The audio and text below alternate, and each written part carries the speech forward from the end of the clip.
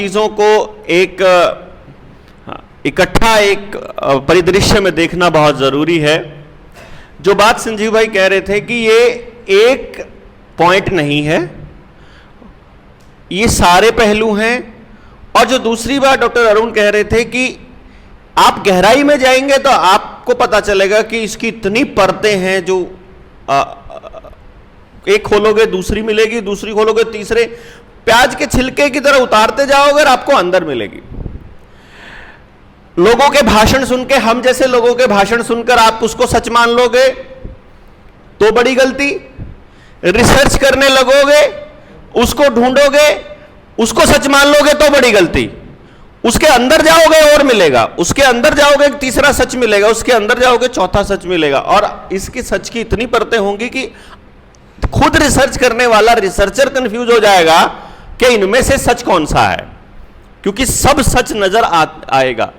जो सरकार बोल रही है वो भी सच नजर आ रहा है, जो क्रांतिकारी बोल रहे हैं वो भी सच नजर आ रहा है, विपक्ष बोल रहा है वो भी सच नजर आ रहा है, रिसर्चर बोल रहे हैं वो भी। तो कौन सा सच सच है, इसकी गहराई तक जाना भी एक बड़ा टास्क है।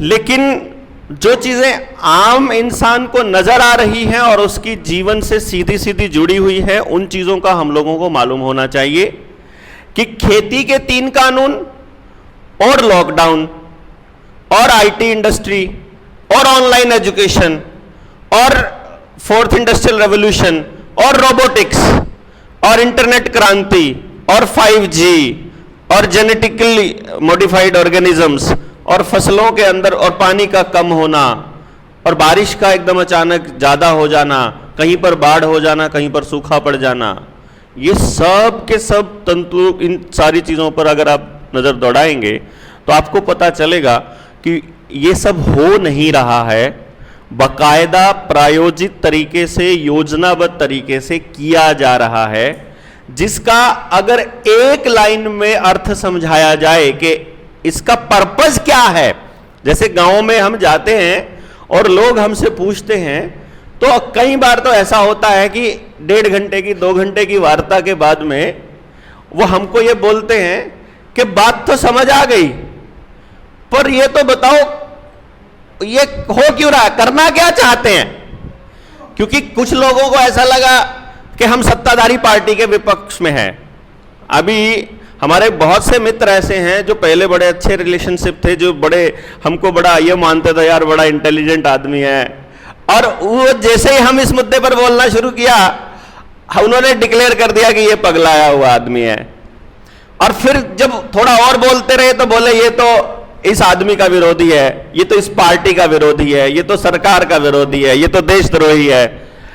जब हमने विपक्षी पार्टी को भी घेरा कि भैया तुम्हारे ही लोग थे इनको लाने वाले, पीएचएफआई का गठन इस सरकार ने नहीं किया है जो मौजूदा है, इससे पहले वाली सरकार ने किया था, पीएचएफआई को लेकर के आए थे, उस वक्त इससे दूसरी सरकार थी।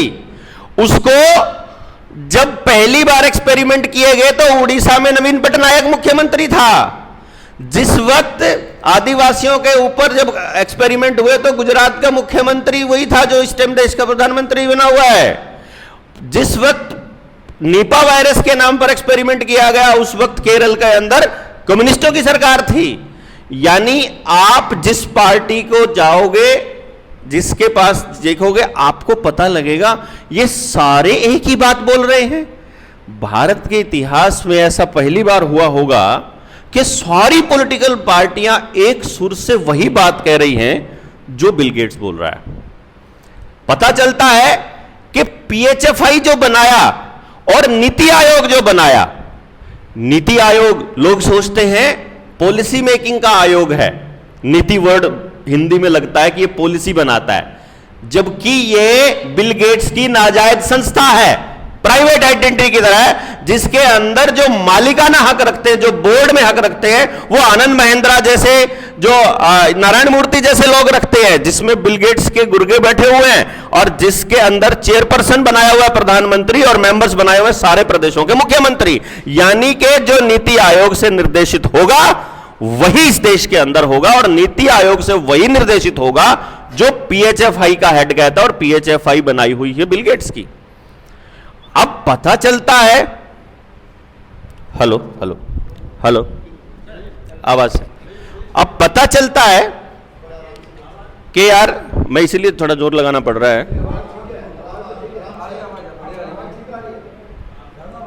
हाँ मैं थोड़ा कम बोल, दूर कम। अब मालूम पड़ेगा कि क्या ये अकेला बिल गेट्स है, क्या ये सिर्फ बिल गेट्स का ही तंत्र है। कुछ वक्त पहले कुछ क्रांतिकारी लोगों ने दिल्ली के अंदर एक मीटिंग की। मीटिंग के बाद निर्देशित हुआ, मैं नाम नहीं लूंगा, किसान नेता का, कि हमने किसान नेता को अपना हेड मान लिया और ये अब जो निर्देश देंगे, जो आंदोलन करेंगे, वो मंजूर होगा। मैं मीटिंग में मौजूद था, सबने हाथ खड़ा करके समर्थन कर दिया। मैं अकेला था जिन्होंने समर्थन नहीं किया। मुझसे बोला कि आपको क्या आपत्ति है। मैंने कहा देखिए साहब, आपको नेता मानने में मुझे कोई आपत्ति नहीं हो, लेकिन जो लड़ाई आप लड़ना चाह रहे हैं, क्या आपको उसका पूरा पता है कि प्रॉब्लम क्या है? और समाधान तो तभी होगा जब हमें प्रॉब्लम का पता होगा। तो क्या आपको मालूम है कि न्यू वर्ल्ड ऑर्डर क्या है? बोला ना। ये मालूम है कि न्यू वर्ल्ड ऑर्डर के खिलाफ लड़ाई है? बोला हाँ। न्यू वर्ल्ड ऑर्डर के खिलाफ लड़ाई में आप नेतृत्व कर रहे हैं, लेकिन आपको लड़ाई का नहीं पता है और उसकी जड़ें नहीं पता है, तो फिर आप कैसे लड़ोगे और हमें समाधान क्या दोगे? फाइनली कल को हम अपनी सारी ऊर्जा और जीवन को दांव पे लगा देते हैं, तो आप हमको समाधान क्या देने वाले हो, मुझे अभी मालूम चाहिए। तो बोलते मुझे तो न्यू वर्ल्ड ऑर्डर ही नहीं पता है पूरा, मुझे तो ये पता है बस देश में बड़ी ताकतें हैं और पूंजीवादी ताकतों के हाथ में सरकारें खेल रही हैं, इतनी सी बात से तो काम नहीं चलेगा साहब। तो हमको तो लड़ाई समझनी पड़ेगी। तो फिर क्या करें? मैंने कहा जितने आपके पदाधिकारी हैं बुलाइए, हम न्यू वर्ल्ड ऑर्डर समझाएंगे, उनको समझ आ जाए, वो उस पर लड़ाई लड़ने को तैयार हो जाए, हम अपना सब कुछ झोंकने को तैयार हैं आपके नेतृत्व में। हमें नेता बनने का कोई शौक नहीं। तय हुआ, एक जिले में 2 दिन की वर्कशॉप का आयोजन किया गया, पूरी तरह से बैठ करके समझाया गया। सारे पदाधिकारी थे, दूसरे राज्यों से भी आए हुए पदाधिकारी थे। 150-200 पदाधिकारी 2 दिन तक लगातार न्यू वर्ल्ड ऑर्डर को सुनते रहे और जब उनको फाइनल स्टेटमेंट देने के लिए बोला गया नेताजी से पहले कि ये जो महासचिव महोदय हैं ये बताएंगे कि पूरे 2 साल में क्या, 2 दिन में क्या समझा और हमें क्या लड़ाई लड़नी है, तो वो फाइनल अपनी रणनीति तय करेंगे।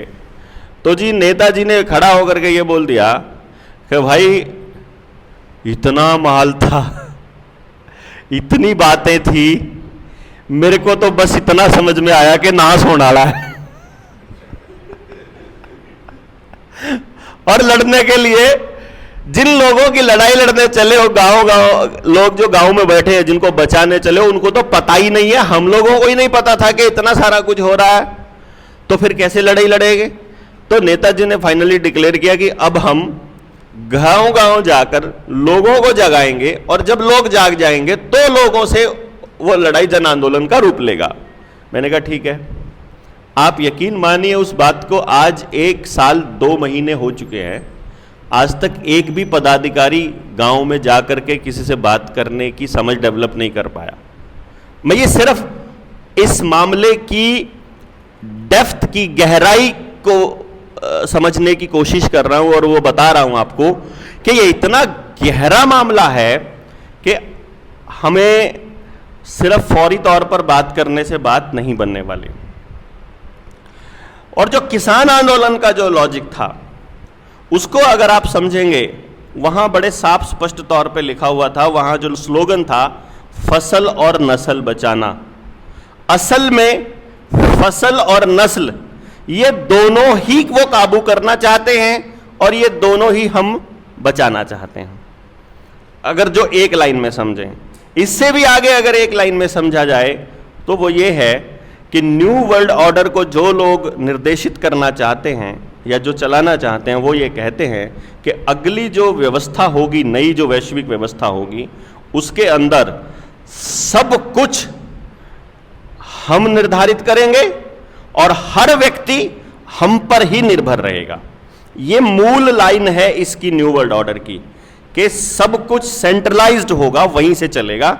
आदेश भी, चाहे हेल्थ है वहां भी एक्सपर्ट बोलेंगे वही मानना पड़ेगा, एजुकेशन पर भी एक्सपर्ट बोलेंगे वही मानना पड़ेगा, खेती पर भी जो एक्सपर्ट बोलेंगे वही मानना पड़ेगा, और एक्सपर्ट तय करेगा स्टेट, और स्टेट तय करेगा, स्टेट को तय करेगा पूंजीवाद, स्टेट को तय करेंगी कंपनियां, क्योंकि सारा का सारा इलेक्टोरल बॉन्ड्स के जरिए पैसा मिलता है पूंजीपतियों से। यानी कि जो पूंजीपति चाहेगा वही मुख्यमंत्री बोलेगा, वही एक्सपर्ट बोलेंगे और वही जनता तक जाएगा, वही मीडिया बोलेगी। तो किसी को कानो कान कोई खबर नहीं होगी, और हम जैसा कोई व्यक्ति यदि आकर सच बताने लगेगा तो उसके लिए एक नियम आ रहा है, उसके लिए कानून बन रहा है कि हेल्थ इमरजेंसीज के केस में, देश में दूसरे हालात के केस में, जो मीडिया संस्थान, जो व्यक्ति, जो संगठन सरकार के बताए हुए पर्सपेक्टिव के खिलाफ बात करेगा उसको सीधी जेल होगी, देशद्रोह का मुकदमा दर्ज होगा। यानी कि जो सरकार कह रही है वही बोलना पड़ेगा, यह बाकायदा कानूनों के जरिए स्थापित किया जा रहा है। अब कुछ कानून आ रहे हैं जिनसे आपको यह समझ में आएगा कि यह नई वैश्विक व्यवस्था किस तरफ जा रही है। पहले तो आपका खाना देखिएगा, जीवन जीने के लिए जितनी चीजें चाहिए, कपड़ा बनाने के लिए आज गांवों में बुनकर नहीं बचे हैं, हथकरघा नहीं बचा है, तो यानी कि आपको इंडस्ट्री पर ही निर्भर रहना पड़ेगा। खाना खाने के लिए हमको जो चीजें चाहिए, बीज, पानी, श्रम। पानी ट्यूबवेल से आता है, ट्यूबवेल बिजली से चलता है, बिजली कंपनी की है। खेत में फसल बीज से होती है, किसान के पास अपना बीज नहीं है, बीज कंपनी से आता है। बीज बांझ आएगा तो फसल बांझ आएगी, बीज बीमार देंगे तो फसल बीमार आएगी, आदमी बीमार होगा। जैसा बीज होगा वैसी फसल होगी। प्राकृतिक बीज कम पानी में भी उग जाते हैं, लेकिन इन्होंने पेस्टिसाइड, यूरिया, डीएपी डाल करके जमीन को इस लेवल पे मजबूत कर दिया कि अब उनमें जो अंकुरित ही नहीं होगा प्राकृतिक बीज, इतनी हार्ड वो जमीन हो चुकी है, तो आपको हाइब्रिड बीज ही लेना पड़ेगा।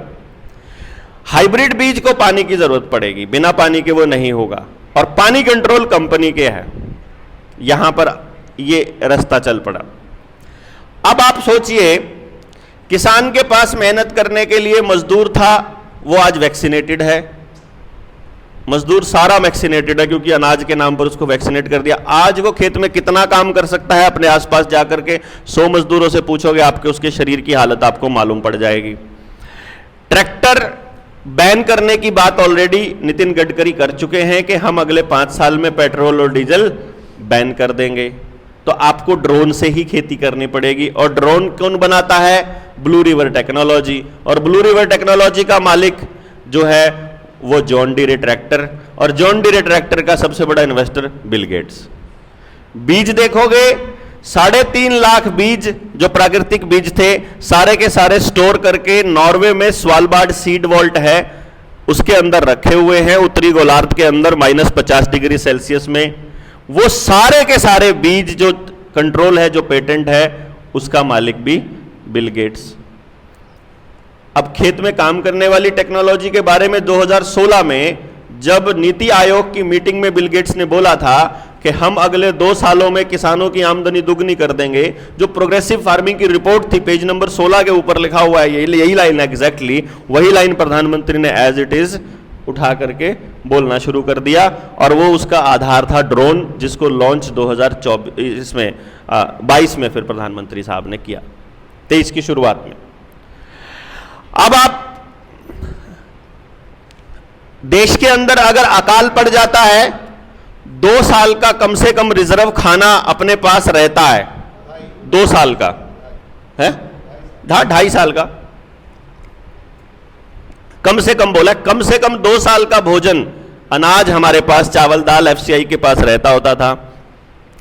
कोई भी एफसीआई में अगर आपका जानकार है तो जहां 250 लाख मीट्रिक टन हमारे पास अनाज रहता था, आज 40 लाख मीट्रिक टन अनाज भी नहीं बचा है।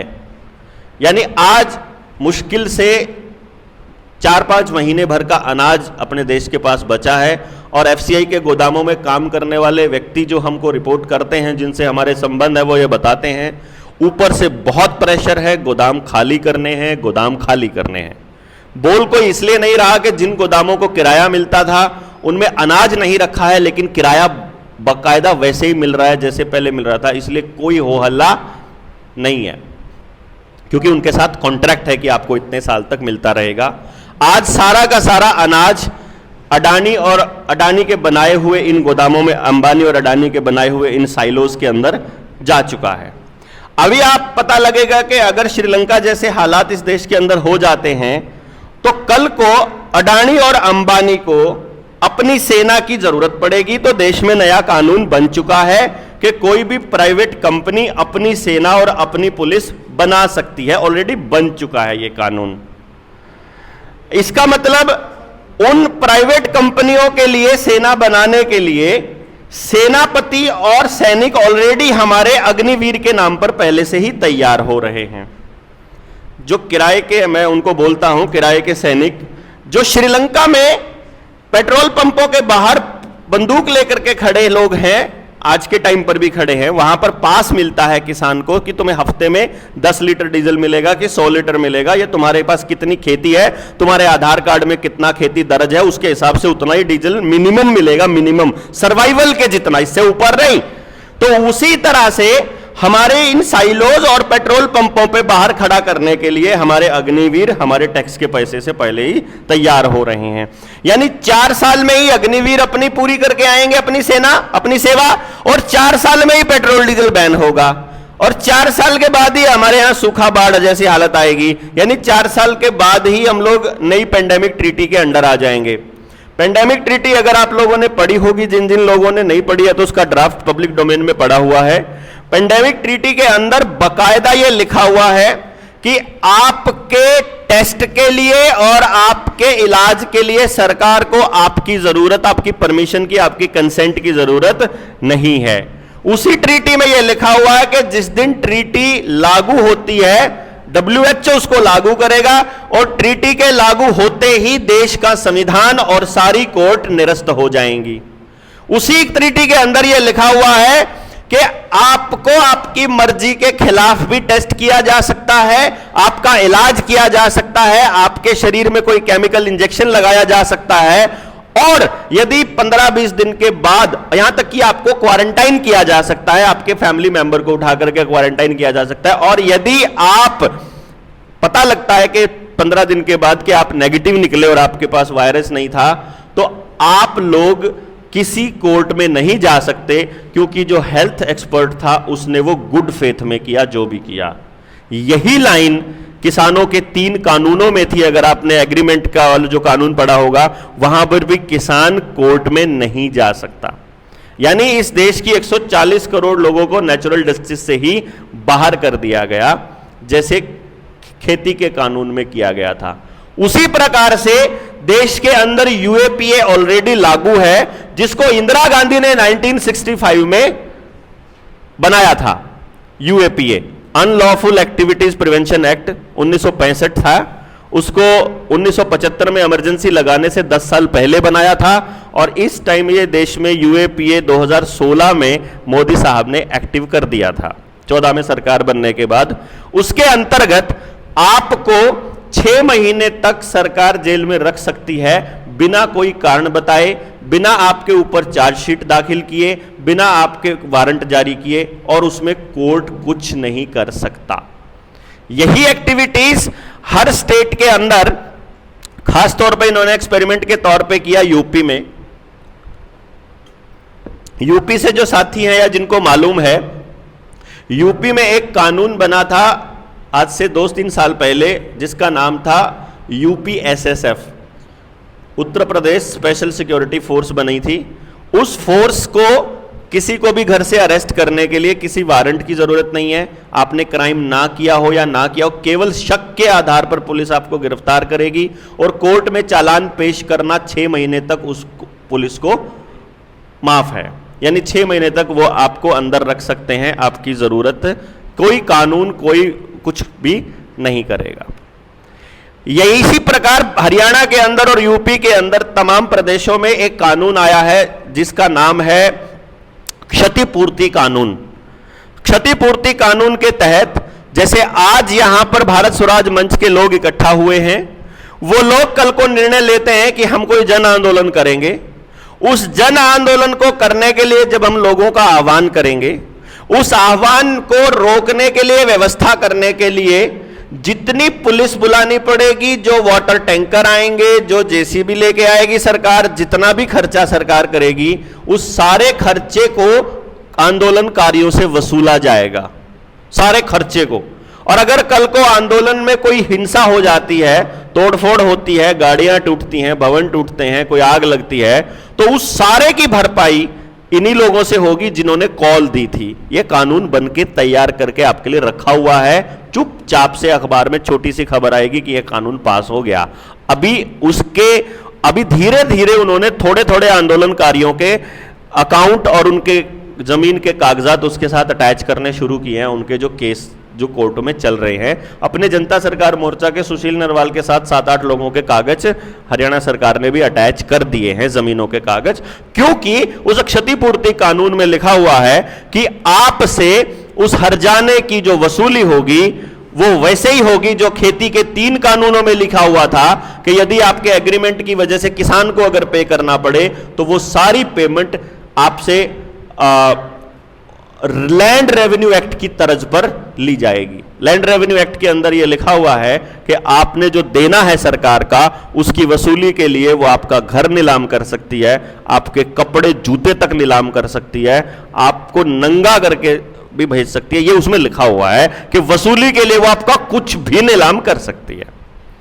इसी पेंडेमिक ट्रीटी में यह लिखा हुआ है कि आपके जो अगर आपकी फसल में वायरस होने की शक है, अगर आपके घर में वायरस होने का शक है, अगर आपके एनिमल में वायरस होने का शक है, तो वो आपको डिसइंफेक्ट कर सकता है सरकार का अधिकारी। और केवल शक, कोई पुष्टि की बात नहीं हो रही है, उसमें बकायदा मेंशन्ड है। और डिसइंफेक्शन का जो मतलब है उसमें मारना, जलाना लिखा हुआ है, यानी कि सैनिटाइज करना, सब कुछ है उसके अंदर। यह एक कानून है। पानी को कंट्रोल करने के लिए पहले एक कानून बनाने की कोशिश करी थी कि जिसके घर में समर्सिबल पंप है उसको 10,000 रुपए साल का टैक्स देना पड़ेगा। बीज के लिए कानून है कि आप अगर बीज साबित नहीं कर पाए किस कंपनी से लिया है तो आपको 3 साल की कैद है। जमीन सबकी ऑलरेडी बैंकों के पास लोन पे रखी हुई है, सबकी खेत में जितने भी किसान ने किसान क्रेडिट कार्ड बनाया हुआ है, 99.9% किसानों की जमीन बैंकों के पास रखी है गिरवी। और बैंकों को चुकता करने के लिए लोगों के पास पैसा है नहीं, और यह कभी भी चुकता नहीं होने वाला, क्योंकि इस देश के अंदर 34 लाख करोड़ रुपए के नोट अवेलेबल है, यानी करेंसी हमारे पास जो चलन में है वो 34 लाख करोड़ रुपए की है। और देश के लोगों पर जो कर्जा है वो 156 लाख करोड़ रुपए का है, यानी 122 लाख करोड़ रुपए की प्रॉपर्टी का नीलाम होना तय है। और जब प्राइवेटाइजेशन के दौर में बैंकों के पास अगर हमारे कागज रखे हुए हैं तो 122 लाख करोड़ की प्रॉपर्टी जब बैंकों की हो जाएगी और प्राइवेटाइजेशन के बाद बैंक अडानी के हो जाएंगे, और अडानी की प्रॉपर्टी अगर सारी की सारी शेयर मार्केट से चलती है, वॉल स्ट्रीट से, न्यूयॉर्क से चलती है, तो वॉल स्ट्रीट तो सारा का सारा लंदन के हिसाब से चलता है। यानी इसका मतलब यह है कि उन अंग्रेजों को अब दोबारा देश में आने की जरूरत नहीं है अपने को गुलाम करने के लिए। अपनी सारी प्रॉपर्टियों पर हक उनका ऑलरेडी होने वाला है, ये ऑलरेडी तैयारी में है, क्योंकि प्राइवेटाइजेशन इसी चीज का हिस्सा है। हर चीज को, चाहे रोडवेज है चाहे रेलवे है, रेलवे की 9 लाख एकड़ जमीन को अभी प्राइवेट ठेके पर देने की तैयारी चल रही है। आर्मी की 13 लाख एकड़ जमीन को जो है वो मतलब बेचने की तैयारी सरकार ऑलरेडी कर रही है। 18 ऑर्डिनेंस फैक्ट्रियां ऑलरेडी बिक चुकी है। आप रोहतक के मेरी वो वीडियो देखोगे, रोहतक के अगर बस स्टैंड पे चले जाओगे या किसी भी बस स्टैंड पे आप लोकल चले जाओगे तो आपको अभी 70 50% के करीब बसें आपको प्राइवेट मिलेंगी, सरकारी बसें। इवन आईएसबीटी पे भी जाओगे तो इलेक्ट्रिक बसें सारी की सारी प्राइवेटाइज चलने शुरू हो चुकी हैं। यानी कि जो समाज के पैसे से बने हुए भवन हैं, चाहे आपका एयरपोर्ट है, चाहे आपका बस स्टैंड है, चाहे रेलवे स्टेशन है, चाहे रेल की पटरी है, चाहे सड़क है, वो बन रही है हमारे टैक्स के पैसे से, और उस पर टैक्स कलेक्शन का काम दिया जा रहा है प्राइवेट कंपनी को, यानी उसके मालिक हो रहे हैं प्राइवेट कंपनियां। हाँ जी। उसके बाद गांव के पास जो आचार्य जी ने बोला, गांव के पास जो जमीन अपने पास सामूहिक जमीन होती थी, हमारे हरियाणा में भी और बाकी स्टेटों में भी, हमारे हरियाणा में लाल डोरा होता था जिसमें यह नियम होता था कि लाल डोरे के अंतर्गत आने वाली जमीन रिहायशी जमीन है और सामूहिक जमीन के ऊपर कोई भी रजिस्ट्रेशन नहीं होगा और कभी भी ये कोई दूसरी संस्थान को नहीं मिलेगी, ये गांव वालों के निजी उपयोग के लिए है, सामूहिक उपयोग के लिए है। तो आपको जानकर हैरानी होगी कि लाल डोरा तोड़ करके हमारे स्कूल, अस्पताल, शामलात, बणी, जोहड़, तालाब और वन, जंगल, जितनी जमीन हमारे पास गांव की सामूहिक हुआ करती थी, इसके अलावा भी वो सारी की सारी जमीन जो है वो सरकार अपने नाम कर चुकी है, सरकार के नाम हो चुकी है। अब वो पंचायत के नाम नहीं है। और अगर किसी ने स्कूल में अपने 10 एकड़, 15 एकड़, 5 एकड़, 2 एकड़ डोनेट किए हुए हैं किसी के बुजुर्गों ने, तो वो जमीन भी अब सरकार हथिया चुकी है ऑलरेडी। यानी आपके पास अपनी जमीन जो है वो लोन पर पड़ी है, सामूहिक जमीन सरकार हथिया चुकी है, पानी का अधिकार आपके पास नहीं है क्योंकि आपको घर में समर्सिबल नहीं लगाना है, केवल कनेक्शन का सिर्फ टैप जो पानी है, जो टूटी का पानी है, केवल वही आप लेंगे। गैस के सिलेंडर को छोटा करने की योजना चल रही है कि लोग दुखी होकर के गैस की पाइपलाइन से भी लेने लग जाएंगे। उसके बाद आपके जीवन की जरूरत के सारे सामान और सारे कागजातों को आधार कार्ड के साथ कनेक्ट कर दिया गया है या किया जा रहा है जबरदस्ती से। आपका ड्राइविंग लाइसेंस, आपकी गाड़ी की आरसी, आपका पानी का बिल, बिजली का बिल, आपका आईटीआर, आपका बैंक का कनेक्शन, आपका सब कुछ आधार के साथ कनेक्ट कर दिया गया है। यानी अगली जब महामारी इस देश के अंदर आएगी, उस वक्त सरकार ने अनाउंस नहीं करना है कि आपको राशन नहीं मिलेगा, रेल में नहीं चढ़ने देंगे, बस में नहीं चढ़ने देंगे, हाजिरी नहीं लगाने देंगे, तनख्वाह नहीं मिलेगी, आप कोई नौकरी नहीं कर सकते, आप विदेश में नहीं जा सकते। पिछली बार तो अनाउंस किया था, अब की बार केवल आपका आधार इनएक्टिव करना है। आधार के बंद होते ही आपको ना गैस मिलेगी, ना पानी आएगा, नए जो कनेक्शन है उनमें पर्सनलाइज्ड है। बिजली के जो नए मीटर लग रहे हैं वो भी सेंट्रलाइज्ड है, वहीं से बंद किए जा सकते हैं। अब बिजली काटने के लिए बिजली विभाग को आपके घर आने की जरूरत नहीं है, वहीं से काटा जा सकता है कनेक्शन एक आदमी का, जैसे मोबाइल का कनेक्शन है,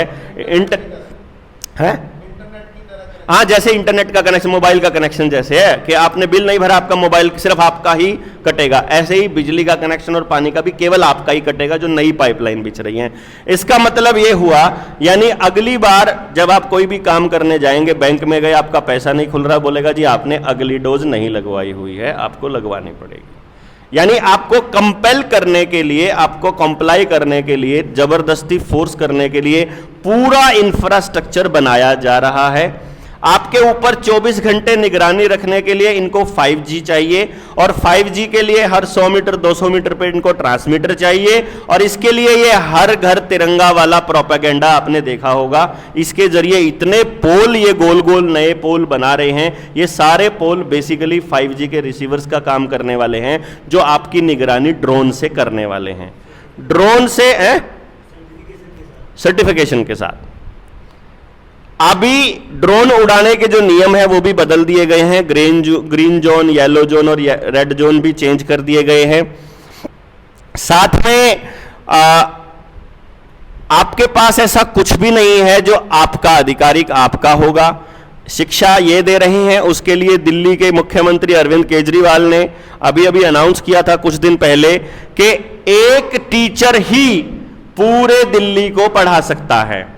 यानी कि वर्चुअल रियलिटी में वो चश्मा लगाएगा बच्चा, ऐसा महसूस करेगा जैसे स्कूल में ही बैठा है, वो वहीं बैठा बैठा सब कुछ फील कर लेगा। तो आपको टीचर की भी जरूरत नहीं है। आज तो स्कूल में रोबोट भी पढ़ा रहे हैं, ये भी पूरा का पूरा गेम चल रहा है। रोबोट से ही आपकी चिकित्सा, रोबोट से ही आपकी डिलीवरी, रोबोट से ही आपकी एजुकेशन, रोबोट से ही आपकी ड्राइविंग, रोबोट से ही आपके जीवन में जरूरत होने वाला हर काम किया जा सकता है, ऐसा वो बोल रहे हैं। तो हम लोग यूजलेस ईटर्स को खामखाई खाना क्यों दें? इसीलिए हर गांव को तबाह करके वो लोग जैसे डिस्ट्रिक्ट 9, डिस्ट्रिक्ट 51 जैसे एरियाज बनाना चाहते हैं कि यहां जंगल डेवलप करेंगे।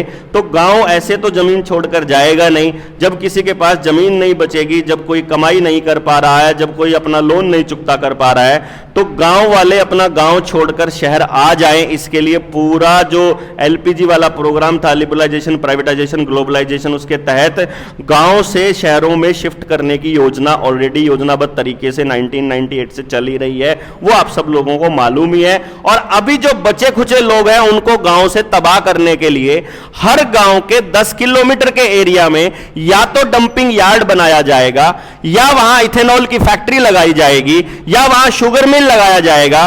कोई ना कोई ऐसी इंडस्ट्री वहां लगाई जाएगी जिसकी बदबू या जिसकी राखी या जिसकी वजह से वहां आसपास जीना मुश्किल हो जाए और लोग अपने आप गांव छोड़कर शहर की तरफ चले जाएं। और शहर में बसने के लिए, ग्लोबल विलेज के नाम से बसाने के लिए केएमपी के आसपास 2.5 लाख एकड़ जमीन पर ग्लोबल विलेज बनाने का प्रोपेगेंडा जो प्रधानमंत्री ने बोला भी है कि हम लोग सारे गांवों को तबाह करके वहां कबूतर खानों में, जो 20-20 मंजिला कबूतर खाने बनाए हुए हैं जिनको वो लोग फ्लैट बोलते हैं, उनमें रखा जाएगा। हर घर की जियो टैगिंग होगी, हर घर को खाने लायक आपका पैसा मिल जाएगा, जिसकी वकालत राहुल गांधी करता आ रहा है कि हर खाते में 6,000 रुपया। उसके लिए पूरे देश के लोगों को जितना पैसा चाहिए हर महीने 6,000 रुपए में आपका जीवन चल जाएगा। इसीलिए आप नौकरी करते हो या नहीं करते हो, आपको मिनिमम पैसा मिलेगा, जिसका नाम उन्होंने रखा है यूनिवर्सल बेसिक इनकम, यूबीआई। उसके तहत वो आपको कभी किसान का भत्ते के नाम पर देंगे, कभी आपको बेरोजगारी पेंशन के नाम पर देंगे, कभी आपको विकलांग पेंशन के नाम पर देंगे, कभी विधवा पेंशन के नाम पर देंगे। असली टारगेट आपको यूनिवर्सल बेसिक इनकम पर लेकर आना है कि जिंदा रहने के लिए जितना आपको चाहिए पैसा वो मिल जाएगा। खाना आपको डिलीवरी, होम डिलीवरी करने के लिए मोदी जी ड्रोन का ऑलरेडी टेस्टिंग कर चुके हैं कि कैसे आलू को ढो रहा है, कैसे सामान की पैकिंग आपके घर आ जाएगी। बिल्कुल जीपीएस जब 5G एक्टिवेट हो जाएगा तो बिल्कुल आपके दरवाजे पर ड्रोन उतरेगा। अगर आप मानते हो तो आपको सामान दे जाएगा, नहीं मानते हो तो वहां रेडिएशन के जरिए आपको मारने का भी प्लान ड्रोन के पास है। यानी ड्रोन इतने इंटेलिजेंट हैं कि आप नहीं मानोगे। ऐसे ड्रोन भी इस टाइम पे वो बना चुके हैं जो आपके फेशियल रिकॉग्निशन को जिसने रीड कर लिया, उसके बाद आप कहीं भी जाएंगे, कहीं भी। और वो साइज कितना है आप यकीन नहीं मानेंगे, मक्खी के साइज का ड्रोन बना चुके हैं। लोगों को उनकी मर्जी के बिना वैक्सीनेट करने के लिए मच्छर के साइज का टीका बना चुके हैं। वो आपका जीपीएस लोकेशन से आपको ट्रैक करके भी आपको इंजेक्ट करते हैं। इस लेवल पर ये लोग इतनी तैयारी करके बैठे हुए हैं। हम लोग कितने बड़ी तैयारी में हैं ये हमको सोचना पड़ेगा। ना आपकी शिक्षा आपके पास है, ना खेती आपके पास है, ना इंडस्ट्री आपके पास है, ना बिजली आपके पास है, ना पानी आपके पास है। यहां तक कि आपका केवल खेती का बीज खत्म नहीं हुआ है, आपके डंगरों का बीज भी खत्म हो चुका है। वो भी सारा आर्टिफिशियल इंसेमिनेशन से ही आप गर्भाधान करवाते हैं। और इंसान का बीज भी लगभग 75% खत्म हो चुका है। अब आईवीएफ सेंटर इतने खुल चुके हैं, यानी आपकी फसल भी आपकी जा चुकी है, नस्ल भी आपकी खत्म होने के कगार पर है, संसाधन भी आपके कगार पर है। और वर्ल्ड इकोनॉमिक फोरम की वेबसाइट के ऊपर 2017 का वीडियो आज भी मिलेगा, आप अगर ट्विटर हैंडल पे जाएंगे, वहां पर वो सरेआम बोल रहे हैं बाय 2030, यानी जिसका नाम एजेंडा 2030 है, हम 2030 तक ऐसा दुनिया बनाने वाले हैं जिसमें you will own nothing but you will be happy. मतलब आपका किसी भी चीज के ऊपर कोई मालिकाना हक नहीं रहेगा, लेकिन आप खुश रहेंगे। आप सबको बॉर्डरलेस दुनिया दे दी जाएगी, क्योंकि पुलिस का काम अब रोबोट कर सकता है, चालान आपका ऑनलाइन हो सकता है, आपकी गाड़ी को रास्ते में रोका जा सकता है, क्योंकि भारत 6 की गाड़ियां, जितनी भी गाड़ियां हैं सब में किल स्विच है। आपकी गाड़ी को जब चाहें वो लोग रोक सकते हैं, आपको जब चाहें आपका अकाउंट फ्रीज हो सकता है। हर व्यक्ति को लोन देने की प्रक्रिया में इसलिए धकेला जा रहा है क्योंकि आने वाले वक्त में ये लोग करेंसी को खत्म कर रहे हैं और लेकर आ रहे हैं क्रेडिट स्कोर, जिसका नाम है सोशल क्रेडिट स्कोर। और अभी इसीलिए वो सबसे पहले आपको सिविल में, आपको क्रेडिट स्कोर में डालना चाह रहे हैं कि आप 10th की डीएमसी पर लोन ले लो, अपने भेड़ पर ले लो, भैंस पर ले लो, ट्रैक्टर पर ले लो, पुराने पर ले लो, घर पर ले लो, जिस पे मर्जी ले लो, एक बार लोन लेकर के हमारे क्रेडिट सिस्टम के अंदर आ जाओ, ताकि अब सोशल क्रेडिट सिस्टम आपके ऊपर लागू हो जाए। यानी आपका व्यवहार तय करेगा कि आप इस कमरे से निकल पाओगे कि नहीं निकल पाओगे, अपने घर से निकल पाओगे कि नहीं निकल पाओगे। लखनऊ और पटना के अंदर 2 जिलों के अंदर ऑलरेडी टेस्टिंग के ऊपर चल चुकी है कि उन्होंने हर दरवाजे को सीसीटीवी कैमरा की जद में वो ले आए हैं। यानी अगला जो चालान होगा वो आपका पुलिस वाला नहीं काटेगा लॉकडाउन के दौरान, अगला चालान आपका घर से निकले, सीसीटीवी कैमरा ने आपका रिकॉग्नाइज किया, आपके खाते से कट जाएगा, क्योंकि आधार ने आपका अपडेट आपका मांग रहे हैं। हर 10 साल में अपडेट इसलिए मांग रहे हैं कि आपका चेहरा जो बदल गया है वो दोबारा से अपडेट हो जाए और जो कैमरा है वो उसको पकड़ ले और उसके हिसाब से आपके चालान कटते रहें, आपका खाता कटता रहे। यानी कि आपके जीवन को पूरी तरह से नियंत्रित करने के लिए इस कबाल ने, इस पूरे के पूरे षड्यंत्रकारी लोगों ने आपके ही लोगों को, जिनको आप सरकार बोलते हो, जिनको आप नेता बोलते हो, उनको ऑलरेडी गुलाम बनाया हुआ है। आपके देश के अंदर एक भी पॉलिटिकल पार्टी ऐसी नहीं है जिसको यह नहीं पता हो कि ऐसा हो रहा है और ऐसा होने वाला है, और एक भी पार्टी ऐसी नहीं है जो इसके अंदर शामिल नहीं है। यानी कि आपके पास और हमारे पास जो सबसे बड़ा चैलेंज है वो उधर से लोगों को समझाना भी है। ये व्यवस्था वो लोग ध्वस्त करने वाले हैं जो भ्रष्टाचार चरम पर है, जो चीजें ठीक नहीं हो रही हैं, ये जानबूझकर खराब की जा रही है ताकि लोगों का भरोसा इन व्यवस्थाओं से टूटे और लोग नई व्यवस्था के लिए खुद से डिमांड करें।